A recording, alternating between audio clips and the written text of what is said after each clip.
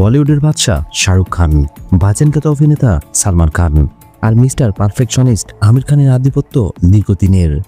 এই তিন খানের অবদান ভারতীয় হিন্দি সিনেমার ইতিহাসে অমূল্য। অনেকের ধারণা তাদের বিদায়ের পর বলিউডের জৌলুস ফিকে হয়ে যাবে, তবে এ ধারণার সঙ্গে একেবারে একমত নন আমির খান। সম্প্রতি এক সাক্ষাৎকারে আমির খান বলেন, আমরাই শেষ তারকা এটি একেবারেই সঠিক নয়। বর্তমান বা ভবিষ্যৎ প্রজন্মের অভিনেতারাও নিজেদের জায়গা করে নিচ্ছেন। আমাদের পর অনেকে আসবেন যারা বলিউডকে এগিয়ে নিয়ে যাবেন। সময়ের সঙ্গে সব বদলে যায়। এই প্রসঙ্গ তুলে এই অভিনেতা বলেন, একদিন আসবে যখন আমাদের কথা কেউ মনে রাখবে না। হয়তো এখন শুনতে অবাক লাগছে, কিন্তু এটাই বাস্তব। তিনি বলেন, আমাদের আগের প্রজন্মের ক্ষেত্রেও এমনটাই হয়েছে। সময় কারোর জন্য থেমে থাকে না, সবকিছুই বদলাতেই থাকে। শাহরুখ খান আর সালমান খানের সঙ্গে কাজ নিয়ে বলেন, একটি প্রজেক্টের বিষয়ে আলোচনা চলছে।